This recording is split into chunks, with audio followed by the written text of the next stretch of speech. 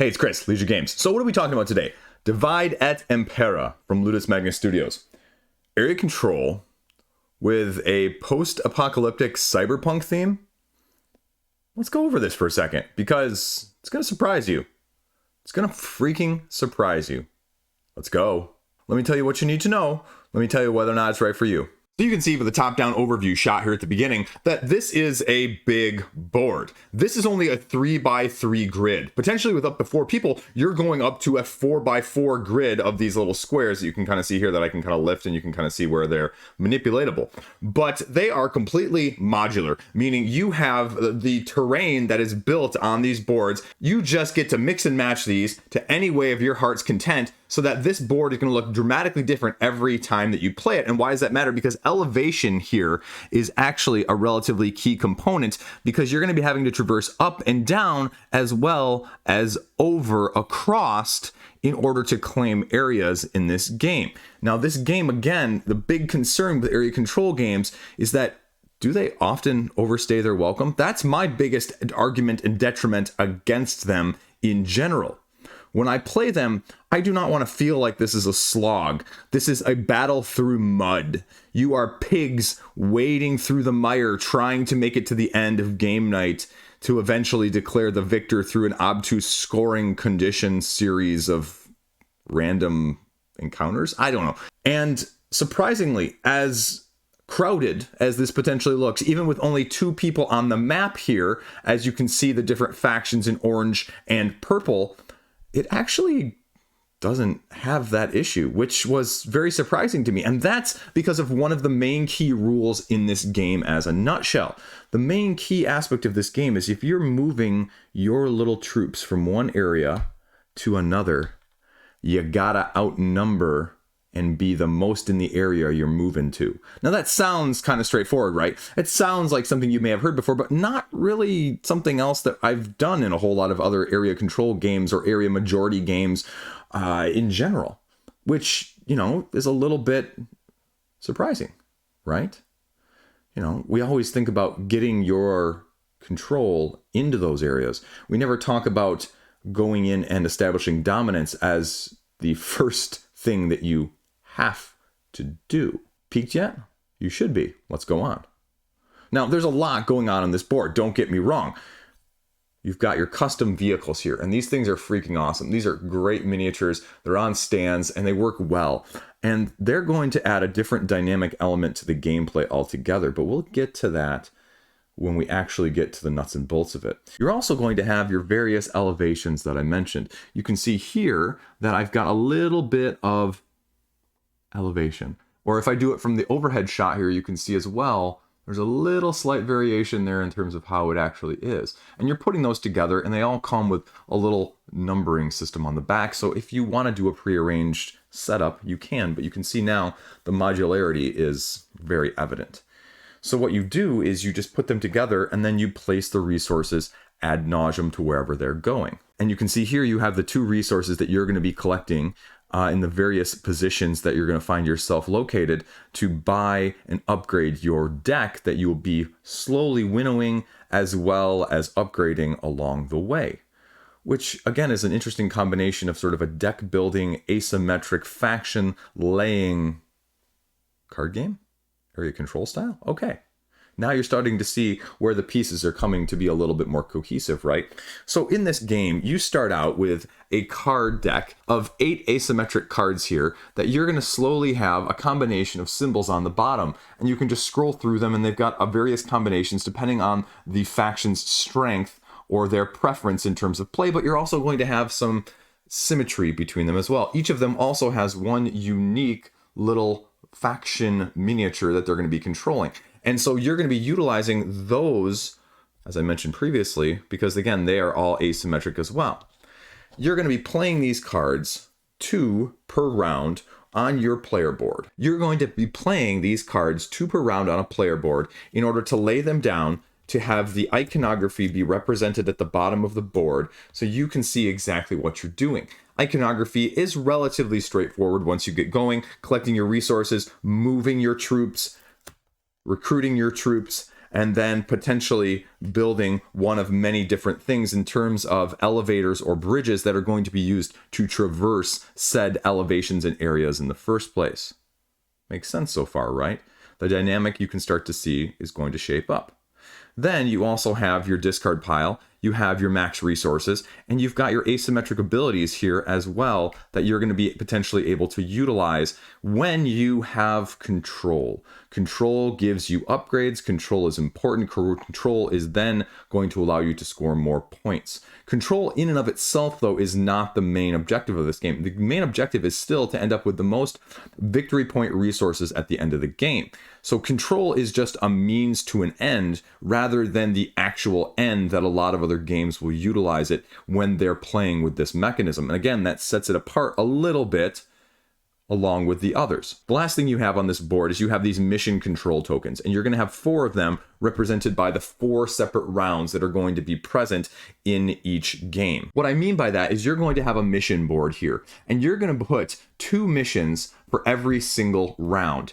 And each round, you're going to have to lay one of your tokens down on one of these missions to achieve them. And they're going to be able to score you victory points.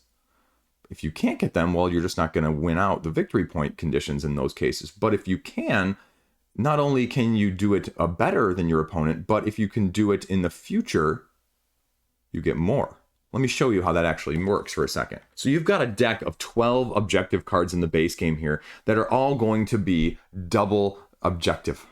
So you've got a deck of 12 cards here that are going to be at your disposal, each with 2 different conditions on them, slight variations of each other. So when you lay these objective cards down here on the map, you can see that you're going to have a total of 8.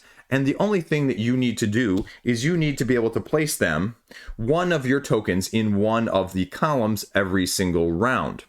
The tricky part here is the bottom and the top. If you place it in a round that is currently ongoing or later in the game, you get to potentially reap the benefit of the top white one, which, as you can see here, gives you better rewards. If you're placing it, say, in round 3, and you're placing it on rounds 1 or 2 column-wise, then you have to go down below and get the lower reward for potentially the same action, or even a potentially more difficult action in terms of getting those resources.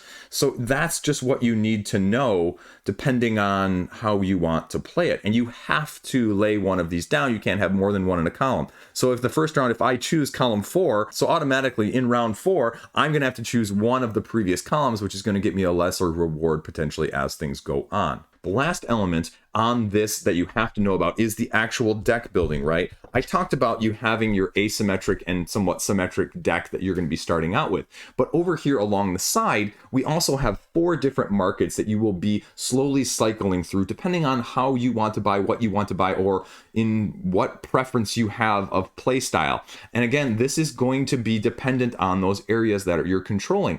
If you control certain amounts of areas, as you can see, you have red, green, and blue on the map. If you're controlling, say, this area, and I have, let's make this actually orange for the sake of this demo, this majority here, I take this little blue cube, I get to put it on my board here under my blue area. Now, if I control, say, 2 of these blue areas, then I actually get to flip this token over. Normally, it would be face down. I get to flip it face up, and that power is activated as long as I have 2 of them in that area. That goes for the red and the green as well. And so that's going to be how you manage your asymmetric powers, because these can also be drafted at the beginning of the game to give you a little bit of advantage or to allow you to strategize if you really want to go that much in depth. A little bit more control as well for you people that prefer that. Now, again, these are not one size fits all. Once you claim them, it's done, right? If all of a sudden I move these guys out and purple is the majority there, I lose this to purple. I have to physically give this over to the purple player, and I no longer have access to my ability.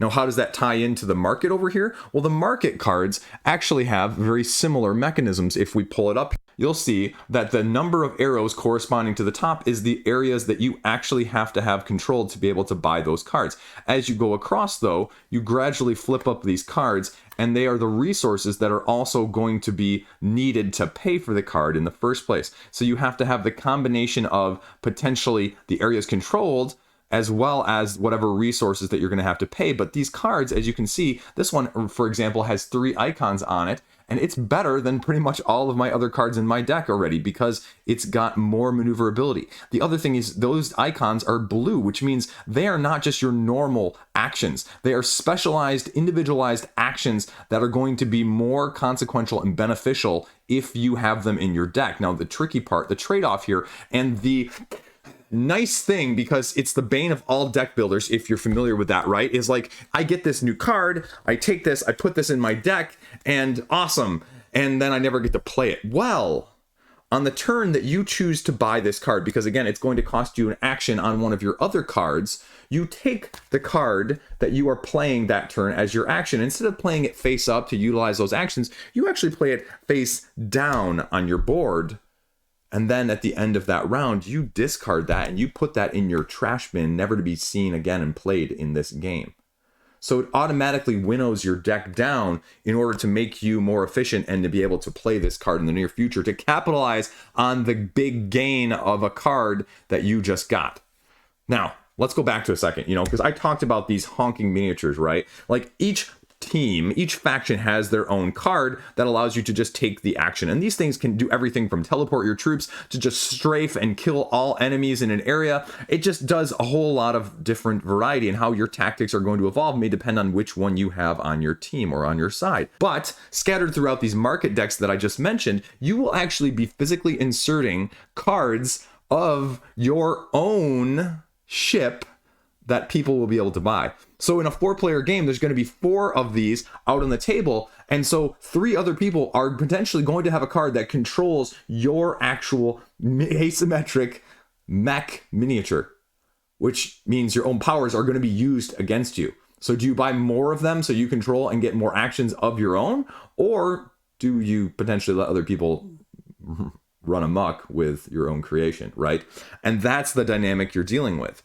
That is the interesting aspect of this as a whole. Like I mentioned, you're going to be having to move these troops around, but you're going to be having to also build bridges. You actually have actions that are going to connect within one squad or one zone, one area, as you can see there, to another, and allowing you to traverse areas, as well as elevators, symbols that are going to be like this on the board or this with your token, to allow you to then go up and down a level for free.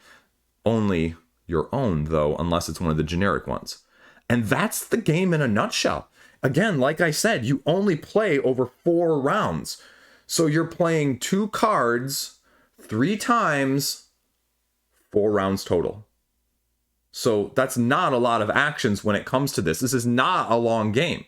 This is very, very dynamic on the board itself, because when you're making moves, they have to be big moves because of that number 1 most important rule that I told you about, of going into an area and controlling it being the one that has the most there in the first place. It makes the swings very satisfying, and it makes them very, very important of how you're going to navigate this in the first place. So what are my thoughts on it? You know me. I am not typically a big area control fan. I can easily count the number of games I hold in my collection on one hand. Mainly because of that point at the beginning of the video, right? That I often feel like these games overstay their welcome. They are too hard to figure out. There's too many moving pieces, literally and figuratively. And that was my big concern. When I was setting this up, when I was looking at this, right, there is a lot of stuff looking like it's going on as a whole. But when I played it, it was really streamlined. I was really, really surprised at how streamlined it was, and how fluidly those laying cards down, the putting them on your grid to show you again, putting them in these areas, the 2 actions you're going to be taking on a turn-by-turn basis, buying, moving your mech, whatever it may be, right? And then going for the objective tokens. I know, purple on the orange, but it just worked. And the unlocking the abilities here, once you play a game, these abilities are going to mean nothing to you the first game. And so they just say, okay, start out randomly and it's fine. You play a second or a third game, these abilities are going to drastically affect your strategy overall, because they're going to be face down. No one else is going to know what they are. So until you flip them face up and you utilize them, boom, shakalaka, right? And that sort of thing in a game like this can't be understated. And like I mentioned, the winnowing of the decks, the buying of these cards, because again, let me be very clear, these cards are better. These cards are much, much better that they are in the markets over here. No qualms are any of these cards worse. They are almost always giving you more actions on a turn, and they are giving you better efficiency in the actions of themselves. And so when you can get them, again, they also score you resource victory points here that I didn't even talk about in the upper left hand, in the upper right hand corner. So all of those things are going to take into account how you're scoring, how you're utilizing, how you're controlling this map. And it just works. The deck building aspect of, okay, well, I bought a card here. This one's face down. Oh, okay, then I get to move this one to the trash. And automatically I have the same deck size. And I only have, again, those 8 cards that I mentioned. You cycle through that. And that's what you want out of a deck building aspect in a game like this. Because that's my biggest criticism of many games that utilize that mechanistic approach in the first place, is that you just don't get the good stuff. You just don't get the cool things. You don't get to create the good combos. And this does. And I wasn't expecting that. I wasn't expecting to like this as much as I do. So where does that leave us then? As I mentioned, it's a little bit of a mess on the table. It's a big table hog, especially if you're playing at the 3 and 4 player counts. I have a 3x3 set up here, and that's probably one of the biggest cons, is there's just a lot of stuff going on. One of the other big cons, as you can tell on this map right now, maybe you can't, the areas are not nearly as well defined. The rule book doesn't give you as much definition of that in the first place. I had to watch someone else's video to even figure out how to be able to move them around, and that's the biggest criticism I can levy at this game. Is that, I just couldn't tell how to play it well at the beginning. The rule book just needs a lot of fine tuning. It needs a lot more in-depth explanations of just stepping over some of the real minutia that makes it clearer to just absolute clarify what's going on when does this happen, what does this look like, right? Can you tell where these areas are delineated on the map, right? Like, it kind of looks easy. And you can kind of look at the dark lines and kind of see that this is an area right here. And then, well, is this a whole area? Is this one semi, transparent right there? Is it not? No, these are blackened areas are doing that. And same thing with the upper levels, right? You have the delineation of the terrain here that you're moving from one to the other with the lines. And so again, is this one between? Is that actually an area, or is this an area? I mean, just little things like that you're going to be dealing with. Is it an extra movement to go across on the bridge, or is it just, one bridge to the other side, back and forth? Just little things like that can really bog down or slow down a game like this when it's already otherwise relatively efficient. That's the big thing. That is by far and away the biggest thing. It's tight. I hate that term, but it's tight if you know what I'm talking about, if you like this aspect of things. Resources are not abundant. These resources that you're picking up, these energy cubes and these fuel cells that are out there, right? There's only so many of them on the board. They're not going to be easy to get. If you go over to that market over there, some of them will cost you 2 or 3 of a said resource total, and you're going to be very, very choosy, because picking them up and moving them and buying is all going to tax the amount of limited actions that you have on your very, very short turn. This is not a game where the engine is built and exceeds and just keeps on going and just explodes. This is a tight, very, very well-controlled, oiled, strategic engine that you have to play well with. And if you don't, people are going to outplay you. It's just the truth of it. Because this is a game where you will get outplayed. This is not a game where you're going to have a lot of luck. The market is probably the one area where you're going to have the most luck. And then again, you can deal with that, because you can see what you need to get. You can see which ones you need to control. You can see which cards you're going for well in advance to make your planning like you may want to do. So I guess in the end here, this is a strange dichotomous relationship of a lot of stuff going on. And like I mentioned, I was very concerned because with a couple of the other games from Ludus, they've got a lot going on, and it's not always as cohesive as people may have liked. And with this one, when I was setting this up, when I was reading through this, when I was going into it, I was like, oh geez. And then I played it and I was like, oh. And that's not common nowadays, right? You don't have that dramatic swing from one end to the other in terms of feelings, right? Generally, our first impressions and our first feelings of, oh geez, what is this gonna typically tend to be right if you're like me and you've played a bunch of stuff and you know what you like and you know what, you've experienced. And so to have this kind of flip a 180 on me was very pleasant. Very, very enticing and very, very nice from that aspect of things. And I'm very happy with that, because now it's probably one of the few area control games that I will want to play again and again. The setup is a little bit much. The area on the table is a little bit much, but everything else is very smooth. Again, I cannot understate the mechanism that you need to control the area that you're moving into as you're doing it is an absolutely very creative, but very thought-provoking mechanic that is going to change a lot of people's plans if you just can't move where you want to because there are people in the way and you don't have the troops in order to get by them or to get through them or to control the area. You can't just go and squat and sit there and then garner and gather your troops. You have to have it planned out in advance. And that just adds so much strategic depth that I did not realize in the first place, because I looked at that and I said, this is going to be horrible because of that rule. And instead, again, it's the opposite. It's the thing that sets this game apart from a lot of its cohorts. So there you go. I can't discount the fact that it's expensive. For what you get in the core, it's expensive. So that's probably the biggest detriment, but it's miniature based. You've got these little honkers as well going on still, 4 of these. And I mean, the terrain, like I mentioned, the terrain, you're building it and you're getting layers. This does not come pre-assembled. It's really easy. I could do it, so it can't be that hard.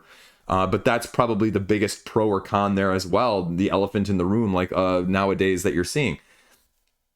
Is it worth, almost going on $100 at retail right now? Is it worth, the price point of nearly triple digits? That's what you're going to have to ask yourself. Is uniqueness, is doing something different, is getting it to the table easier than, say, or, table length time, say, than one of its cohort contemporaries, one of the Lang trilogy, for example. If it's shorter than that, and you can play it in a more reasonable time, and it's less complicated to actually explain to people, are you willing to pay a premium? Got a lot of that going on, right? Pay a premium, ease of access. Where do you fall on that spectrum? Because these are the games that make you start to go, okay, where are my stance on that? How do I feel about that? There you go. Ludus Magnus, D.E.I. Check it out. Let me know thoughts, questions, comments, concerns down below. You know what to do. Subscribe if you want to see more of this. I got plenty more of this too. Stay classy. Thanks for watching. Have a great freaking fantastic day.